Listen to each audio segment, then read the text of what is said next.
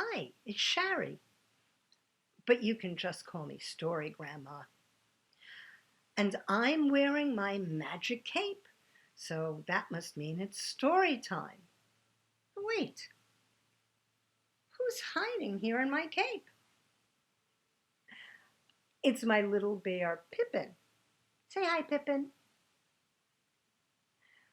Now, I made Pippin a long time ago, and he's always liked to listen to stories.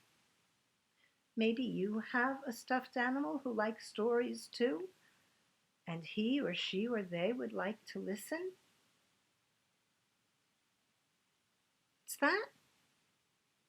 Oh, Pippin said he noticed that you were staring at his missing eye. He lost that a long, long time ago. Oh, he says it doesn't matter because he can do with one eye almost everything that all the other stuffed animals can do with two. He says that you should just notice what a great bear he is. Modest, too, but he is a great bear. Oh, Pippin's ready for a story. Are you? I'm just going to put Pippin on my lap where he can listen and not get in the way of me turning pages.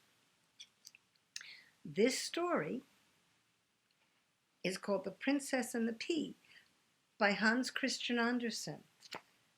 And it's about someone who had a terrible time sleeping and who was judged by what she looked like. Okay, The Princess and the Pea. There was once a prince who wished to marry a princess, but she had to be a real princess. So he traveled all the world over to find one. Yet in every case, something was wrong. Princesses there were in plenty, yet he could never be sure that they were the genuine article. There was always something, this or that just didn't seem to be as it should be.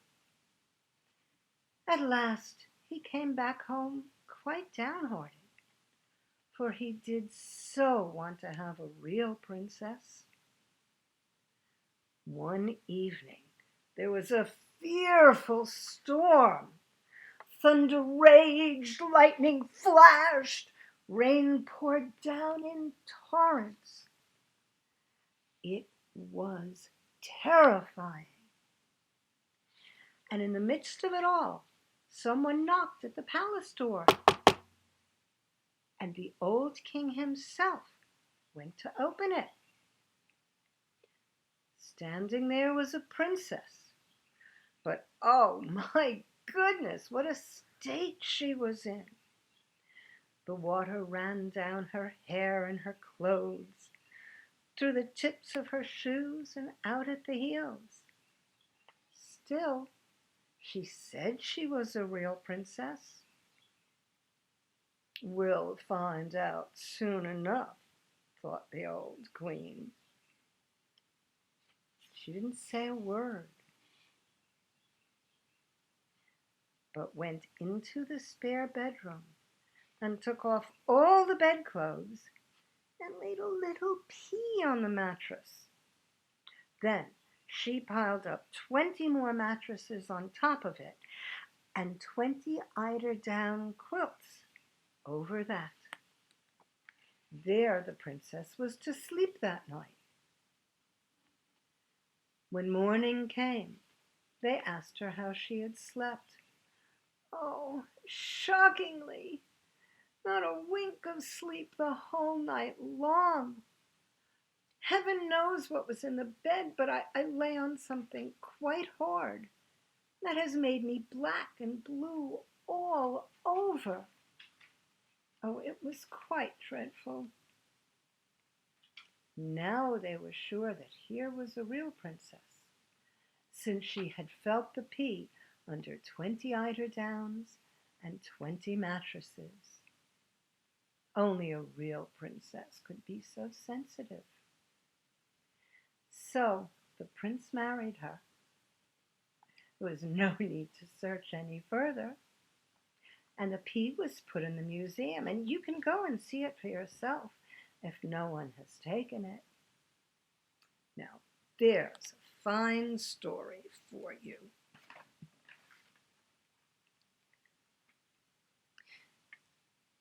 Did you notice that when the princess told everyone who she was, that the queen didn't believe her? Oh, I know she was wet and messy looking, but she said she was a princess. Did what she looked like make her any less a princess? No, you're right. And the queen probably should have believed her, because you really can't, and certainly shouldn't, judge someone by what they look like. And she wasn't bragging either. She was just telling everyone who she was. Now, Hans Christian Andersen wrote this story almost 200 years ago. Can you believe that in that time people thought that princesses were supposed to be weak and fragile and delicate? Yeah, I know, right? Well, that was a long time ago. And we don't believe that anymore. Now, I certainly don't, and Pippin doesn't either. We don't believe for a minute that princesses are supposed to be weak. We know that princes and princesses, and all of us, in fact, can be strong and smart and anything we like. Now, don't you let anyone tell you different. Now, you know, we all have trouble sleeping sometimes.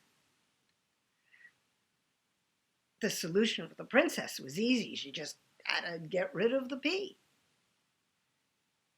But that won't work for us, because we don't have a pea under our mattress. No, I think that when we can't sleep, it's because we're worried or sad or unhappy about something.